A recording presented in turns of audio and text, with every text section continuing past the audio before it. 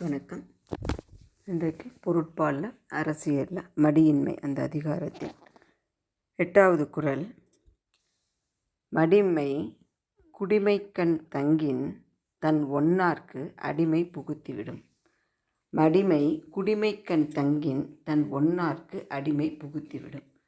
இதை முதல்ல நான் பொருள் சொல்லிடுறேன், நீங்கள் அதுக்கப்புறம் அந்த வார்த்தையோடு நீங்களே ஒப்பிட்டு பார்த்துக்க முடியும்.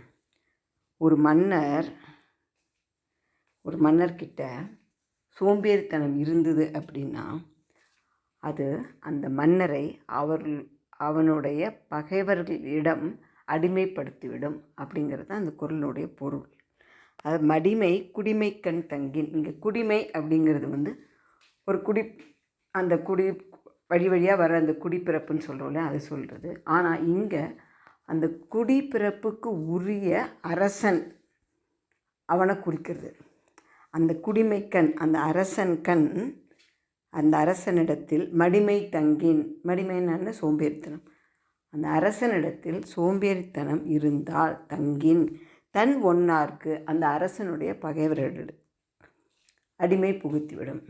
அந்த மாதிரி அரசனை அவனுடைய பகைவர்கள்கிட்ட அடிமையாக கொண்டு போய் விட்டுரும்.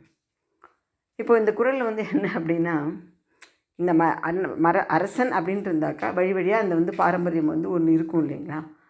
அப்படியே அவர்களுடைய அப்பா தாத்தா அவங்கெல்லாம் ஒரு சாம்ராஜ்யத்தை அவனுக்கு உருவாக்கி வச்சுருந்துருப்பாங்க. அந்த சாம்ராஜ்யத்தில் அவன் அவங்க அப்பாவும் அவங்க தாத்தாலாம் பண்ணின மாதிரி பேரோடையும் புகழோடையும் நல்ல வீரத்தோடையும் ஆண்மையோடையும் ஆட்சி புரிந்தால்தான் அவன் பகைவர்கிட்ட இவனுடைய குடிகளையும் காக்க முடியும். இல்லைன்னு வச்சுக்கோங்க, இவன் சோம்பேறித்தனத்தினால அப்படியே அரண்மனைக்குள்ளேயே அப்படியே உட்காந்துக்கிட்டே இந்த அரசன் இருந்தான் அப்படின்னா, அப்போ மற்ற மன்னர்கள் நம்ம தான் இவ்வளோலாம் ஒற்றாடல் அதெல்லாம் பார்த்துருக்குமே, மற்ற மன்னர்கள் சும்மா இருப்பாங்களா? அவங்களாம் என்ன பண்ணுவாங்க, இந்த மன்னன் என்ன பண்ணுறான் ஏது பண்ணுறான்னு எல்லாம் பார்த்துட்டே தான் இருப்பாங்க. அது மட்டும் இல்லாமல் அவங்க அப்பா காலத்தில் தாத்தா காலத்துலலாம் மற்ற மன்னர்கள் அவர்களுடைய பலம் வீரம் ஆண்மை அதை கருதி கொஞ்சம் அப்படி பேசாமல் இருந்தவங்க இப்போ இவன் சோம்பேறியாக இருக்கிறான் அப்படின்னு தெரிஞ்சோன்னா அவங்க என்ன பண்ணுவாங்க, அவங்க தலையெடுத்து இவனை அழுத்திட்டு அவங்க இவனுடைய ராஜ்யத்தை எடுத்துக்க பார்ப்பாங்க. அப்படி தானே அவங்க எல்லாருமே நினைப்பாங்க இல்லையா. ஏன்னா எல்லா மன்னர்களுக்கும் அவர்களுடைய அவர்களுடைய நாட்டினுடைய பாதுகாப்பும் முக்கியம்.